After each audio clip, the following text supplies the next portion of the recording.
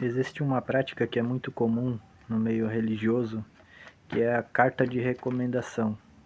Quando uma pessoa muda de uma instituição para outra instituição, ela é orientada ali pelo pastor da denominação a levar essa carta de recomendação para ela apresentar na outra instituição religiosa a qual ela faz parte.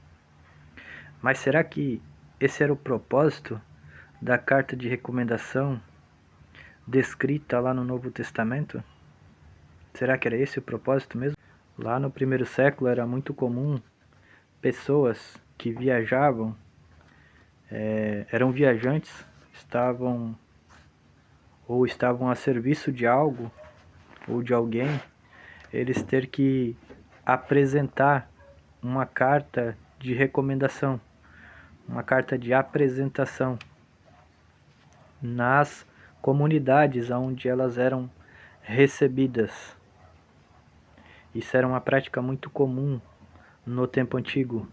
Como não existia identidade, isso era uma forma de confirmar a identidade dela e a credibilidade daquela pessoa.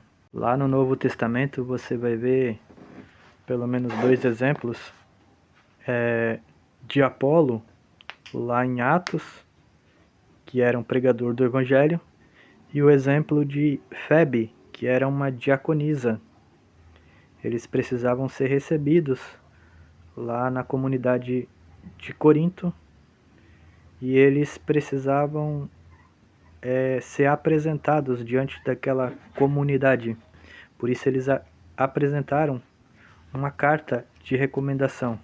Repetindo, essa carta de recomendação ela era usada por pessoas que eram viajantes ou estavam a serviços de alguém e elas precisavam ser apresentadas diante de uma comunidade.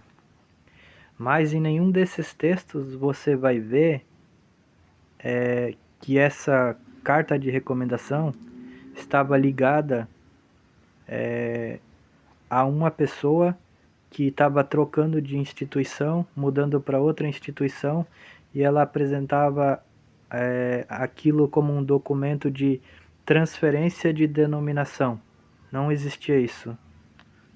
Nenhum desses textos você vai encontrar essa mentalidade. E é justamente nesse contexto que Paulo vai falar: será que precisamos, como alguns de vocês, de carta de recomendação? E aí a resposta dele, a própria pergunta é: vocês mesmos são a nossa carta de recomendação. O que Paulo está querendo dizer é que a credibilidade do ministério a qual ele exercia estava justamente na vida transformada daquela comunidade, na transformação de vida das pessoas daquela comunidade.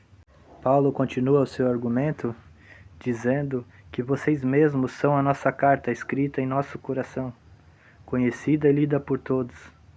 Vocês demonstram que são uma carta de Cristo, resultado do nosso ministério, escrita não com tinta, mas com o Espírito do Deus vivo, não em tábuas de pedra, mas em tábuas de coração humanos.